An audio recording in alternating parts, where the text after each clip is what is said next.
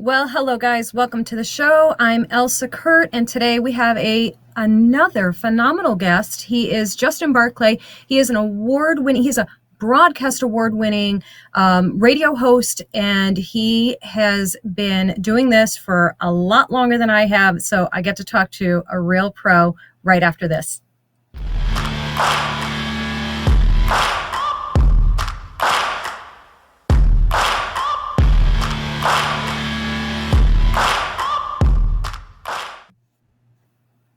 Well, hello, Justin. Thank you so much for coming on the show today. I appreciate you. Absolutely. Thank you, Elsa. I appreciate it. My pleasure. Yeah, absolutely. You're so welcome. So let's talk about you first of all. So I'm gonna read.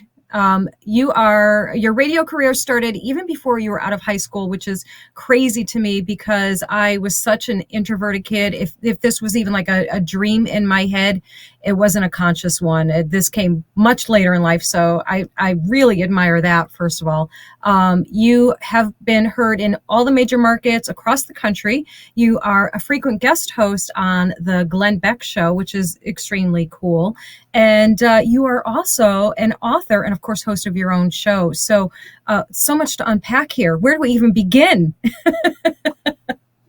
Well, first of all, I know you're kind of, I appreciate it, kind of building me up, but I'm just like you. You are, you've got this amazing show. You know, it's funny. You were just talking about how, this guy's a professional or whatever, but I got to tell you, the beautiful thing about where things are now and how the world works is that we have this technology where, there used to be one guy, Rush Limbaugh, everybody sort of got their, start based upon what he used to do. But now you've got a million folks like Rush, and then they're not Rush, but they're their own people. And I think it's even better than it has been before because folks can, watch your show, Elsa. They can watch any number on the network here, and they're always constantly going to get fed new things, new perspectives, and in a way that I think that we've never been able to see or do before. So I think it's an incredible time. I agree. I really do. Yeah, I mean, we keep seeing people jump in and by the way, if folks that are watching or listening to this program too, think about all the choices that you get now, and the fact that you spend your time here is I mean, how cool is that? It's really a gift. It really is. And I love that, the access is so great. I mean, it's just at the click of a fingertip, right? You can access any of the shows anywhere you are, pretty much in the world, I think, for the most part. And I feel like, and I don't know if you agree with me or disagree, I feel like there's no competition between, and that's why we all kind of have each other on each other's shows, because I think it's a great supportive environment that we get to amplify each other's voices, which I think is really cool and very special too. You're absolutely right. I will tell you that particularly in this sort of wheelhouse, in this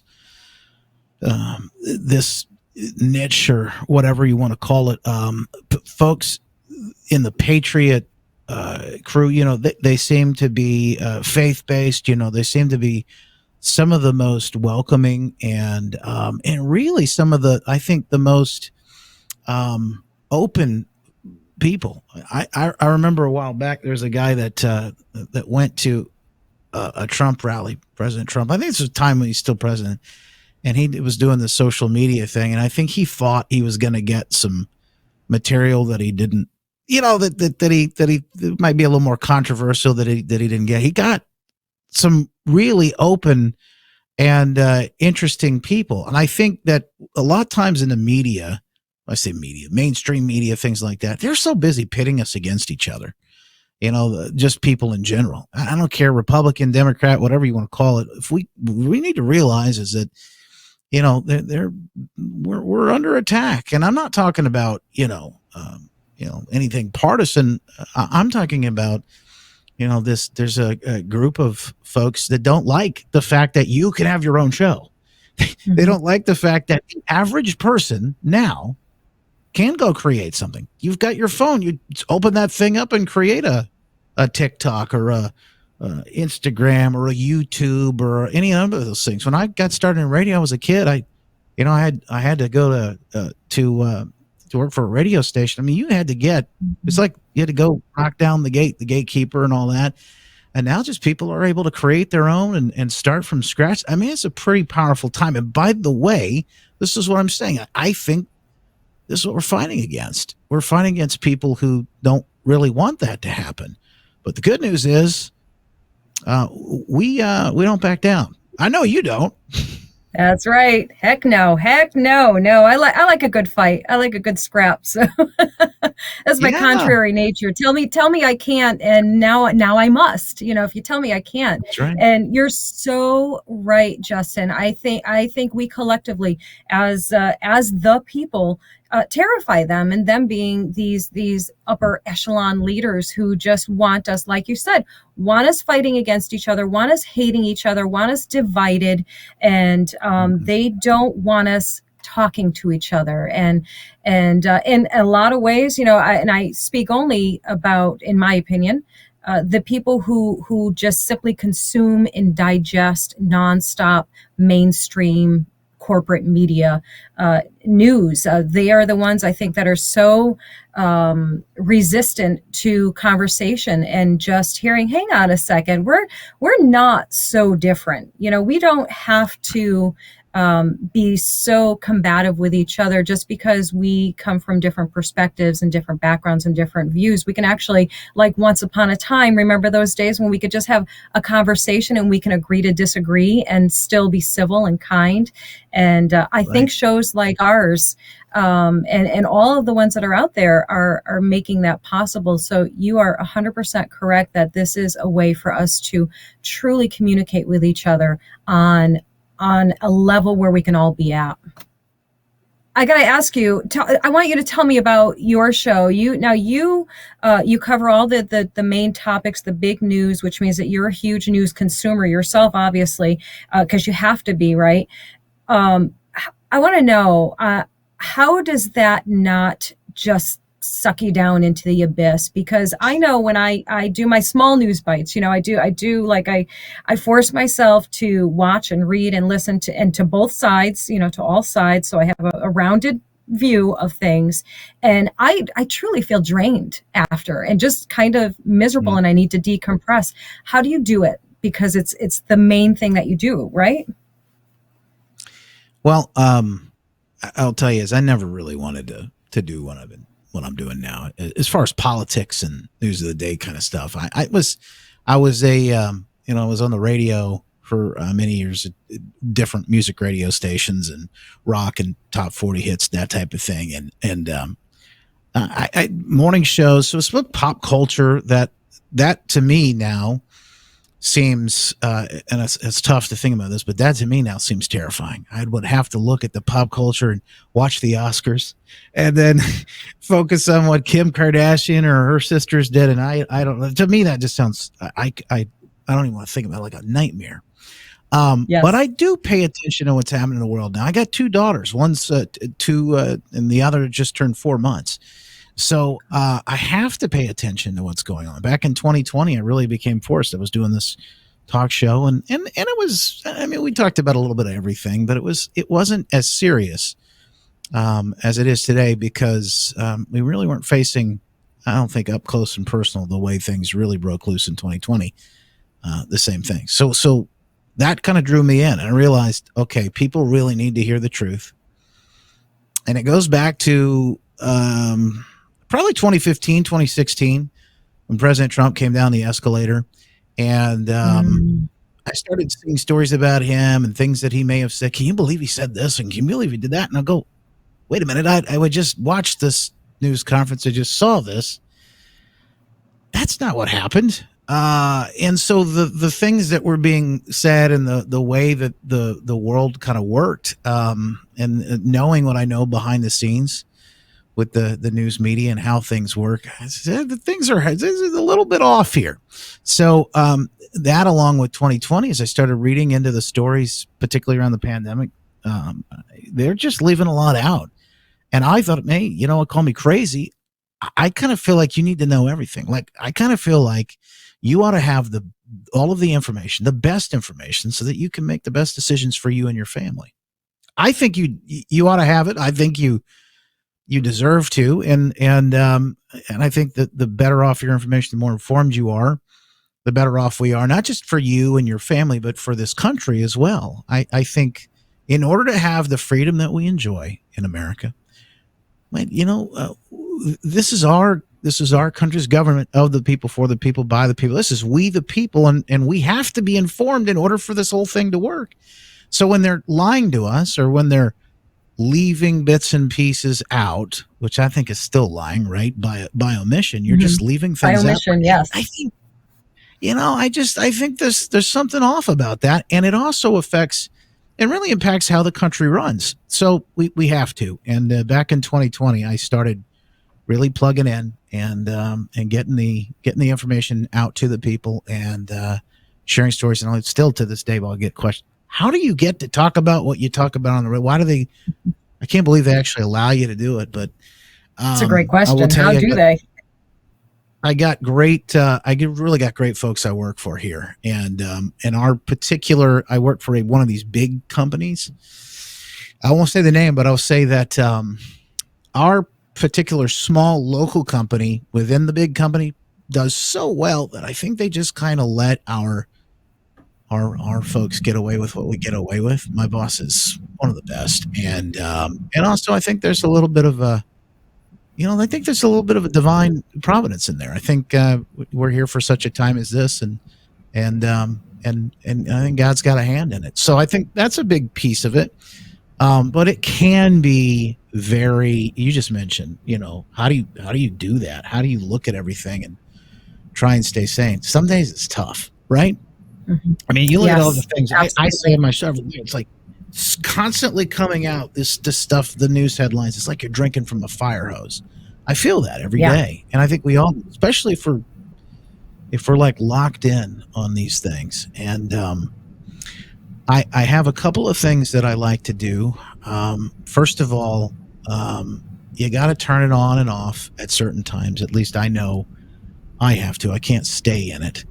And secondly, I really make sure that if I'm starting to feel bad, or if it's starting to get to me, that I just, take a walk, turn it off, digital detox, fasting, whatever you want to call it, just shut it down. And it's amazing. The first time I did this, this is actually in part of my book, Good News, Hope, and Encouragement for Trying Times. But I talked about how we went to this island that up here in Michigan that's got horses. You can't drive on the island, just horses and bicycles, called Mackinac Island. It's a beautiful place during the summertime, especially. But I turned my phone off, and I couldn't believe when we got off the island, and you don't get a lot of great cell coverage up there, so I kind of turned it off at the point. And when we got off the island, it was crazy, Elsa. That everything was still here. Like the world was still spinning. Yes, nothing stopped. Nothing fell apart without you checking in on it. And all of it. That resonates so much with me. I go every month. I have a almost 2-year-old and almost 3-month-old granddaughters in Florida, and so I go every month. I'm so blessed to be able to do that. It's beyond words how grateful I am that I get to do that. And when I get there, it is full, kid time, and I could, care less what's going on in the rest of the world. And I do the same thing. I get to shut it down every month for, about a week or so. I do the check-ins in the morning. I do a quick scroll through and take some notes and pay attention. But, I realize the same thing every time after when I get back home and I, get myself back into the mix here. I'm like, I didn't really miss anything. It's not, anything that I did miss, it's recycling. It's coming back again in some way or form. So it's all good. Yeah. What an incredible feeling and blessing that you get to do that too. We have to, and I really think it's just part of taking care of ourselves. Look, I don't mean to be, we need to know what's going on in the world, but at the same time, we I think we don't have to know everything. You know what I mean? I Mhm. think we need to know the good news too. We can look at the headlines, but we need to know some of the good things that are happening. There surely are some bad things happening. But at the same time, gosh, there are more good, I think, happening in the world than there is bad. I agree with you. And I'm going to make a wild assumption that that's why you wrote your book, Good News. Tell us a little bit about that. So the book was written in 2020. Mhm. Um, Originally, well, the concept, the idea, everything came from 2020. My little girl was born, my 2 year old, 27 weeks. She was just a little early.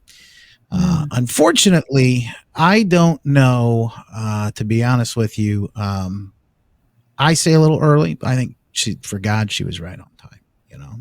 Hmm. I love that. During that during that whole ordeal, you can imagine we get the pandemic, we're running to the hospital, rushing back and forth, all these things. We were in a constant state of sort of like an emergency, in survival mode.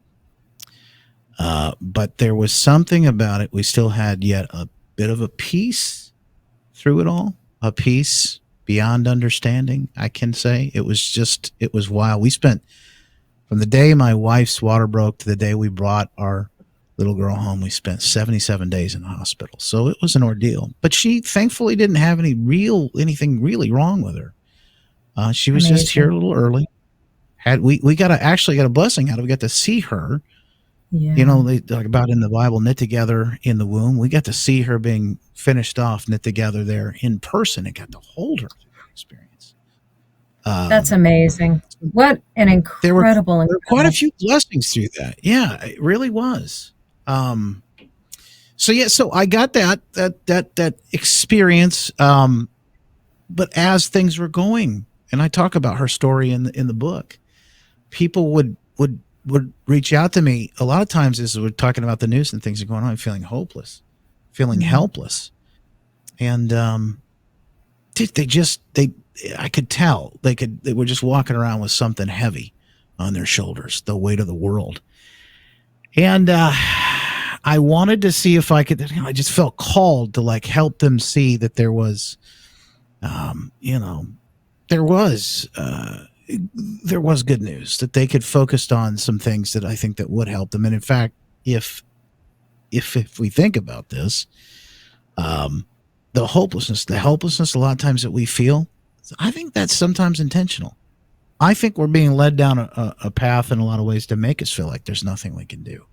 Like we Mhm. just have to accept everything the way that is. But I don't think that's true. I think we have options. In fact, if each one of us just does what it is that we're called to do, does what it is that we're supposed to do, that we're put here, maybe at the time to do, wow, what a difference we can make. You're doing that. You're proof positive. You're living proof of it right now, Elsa. I mean, look what you're doing. This show right here is, this is, as you mentioned, something you never would have thought of when you were, Mhm. back in school. Now look at what you're doing and look at the impact you're making on the world. Thank you. I certainly hope so. I spend a lot of time questioning myself as to, what is my purpose here? What's my motivation? What's my message? What's, biggest, the biggest overall is what is my purpose? What do I hope to accomplish here? And I have to be, completely honest and say half the time I don't really know. I Mm-hmm. sit here and say, I don't know. I feel the same almost compulsion, I guess you could say, to sit and do this. And the response is always so heartwarming to me because people say, "Oh, you're speaking Mm-hmm. my language. Oh, I've experienced the same thing, or I needed to hear that." And that probably is like the greatest thing that anyone ever comments on anything that I do. The you said something I needed to hear, and it helped me. That's like, you Yeah. know, month, life, year, everything made. And I agree. I think it's about living that purpose driven life, right? And I think when you find your purpose, boy, everything just falls in line, doesn't it? Well, and I think we're always. I mean, we have a general purpose. Just my faith. I think we have a general purpose. That purpose: love God, love others. But I think also, on top of that, I think we do have our specific individual purpose. I think it can always be changing. And one of the things that I will tell you is that during my, I was kind of climbing the corporate ladder at one point and put my career above everything else. And like, eventually it was kind of taken from me. I think God had something better for me. I lost my dream job kind of back in 2012. And that kind of put me in the place where I'm at today, where it's like, hey, if this all goes away tomorrow, I'm okay because I know God's got me. And there's just, that is that peace. That's that hope. There's that good news again, that no matter what we face, and I guess that's the thread through it all, is that no matter what we face, and the headlines, I could tell this, we could do the same interview, a year down the road. My story would still be the same. No matter what we face, God is still on the throne. And, I cannot tell you how at peace that makes me feel.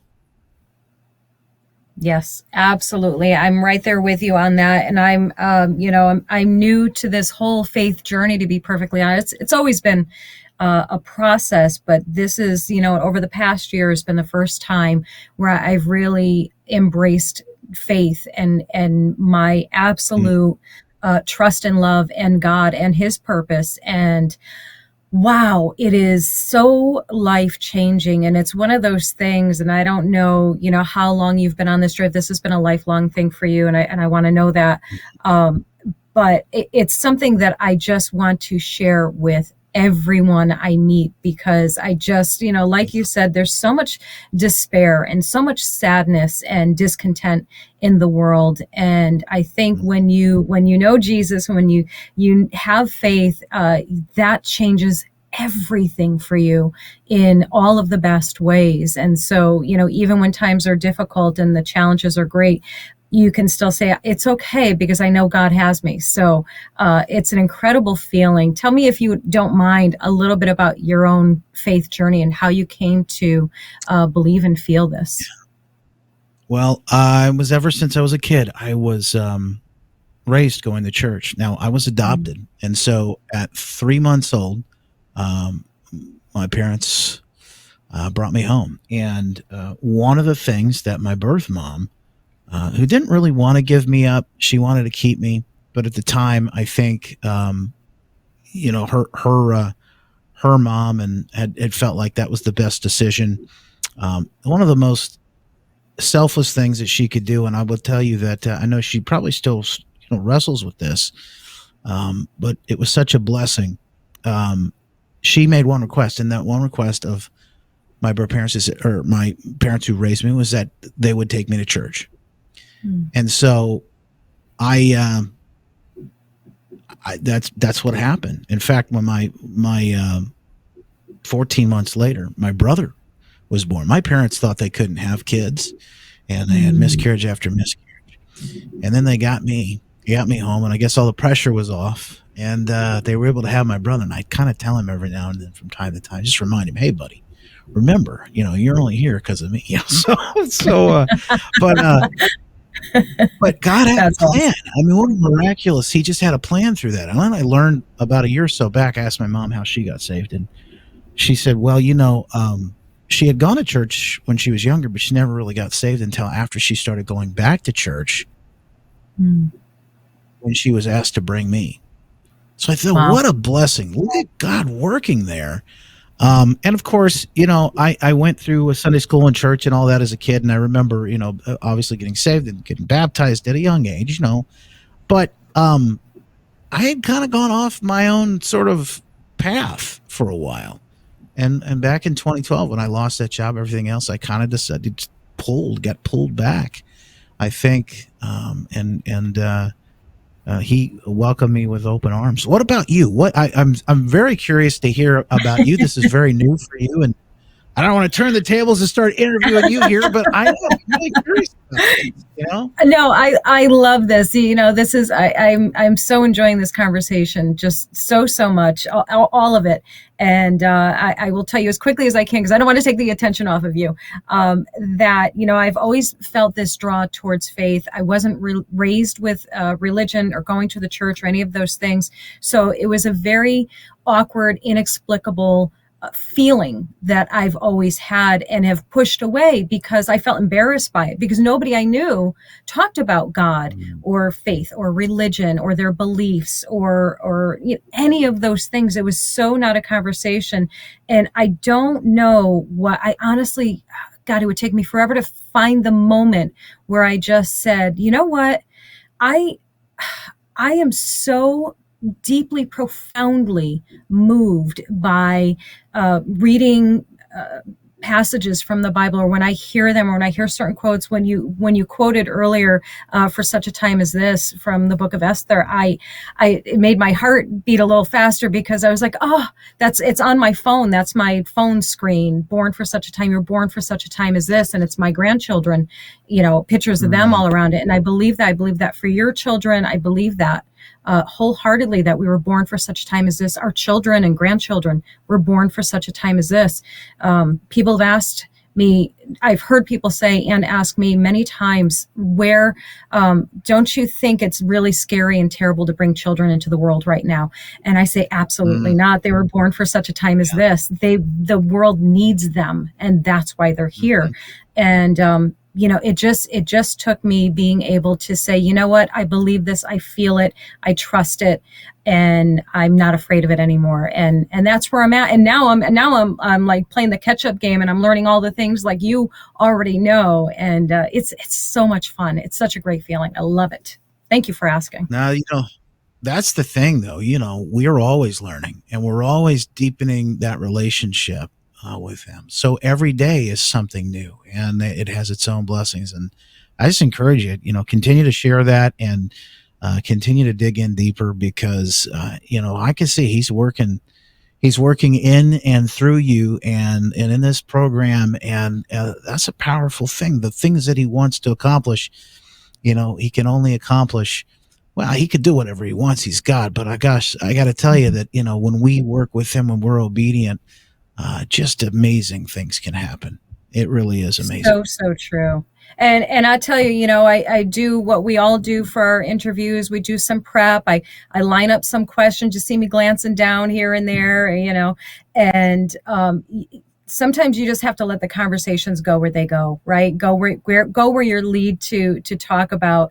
And I'm so glad that we got a chance to do that. But I do want to bring it back to you, and I want you to tell everyone where they can find your show, where they can buy your book. That is on my list. I'm really excited to read that, because I am a good news junkie. So I think you have a lot of great, inspiring tips and ideas and information in there. So tell everybody where we can get all of that good stuff. Well, I'd love to send you a book, and if anybody would like one, you go to justinbarclay.com. I'd love to send you a signed copy. You can get it anywhere, Amazon, Barnes & Noble, places like that. Good news, hope, and encouragement for trying times. But if you want to catch up with me, watch my show. I do a 2-hour daily behind-the-scenes live stream with my radio program and the after show, my podcast, all of it, justinbarclay.com. We're all over at Mr. Justin Barclay. You can find me. Beautiful. I love it. Justin, I cannot thank you enough for coming on the show today. Again, I enjoyed talking with you so much. Best wishes on all of your endeavors. I think you're just a great human. So thank you. Thank you. You too. And keep up the great work, Elsa. God bless. Thank you. I appreciate that. Guys, thank you so much for tuning in for this show. I hope you enjoyed it as much as I did. We will see you in the next episode. Take care.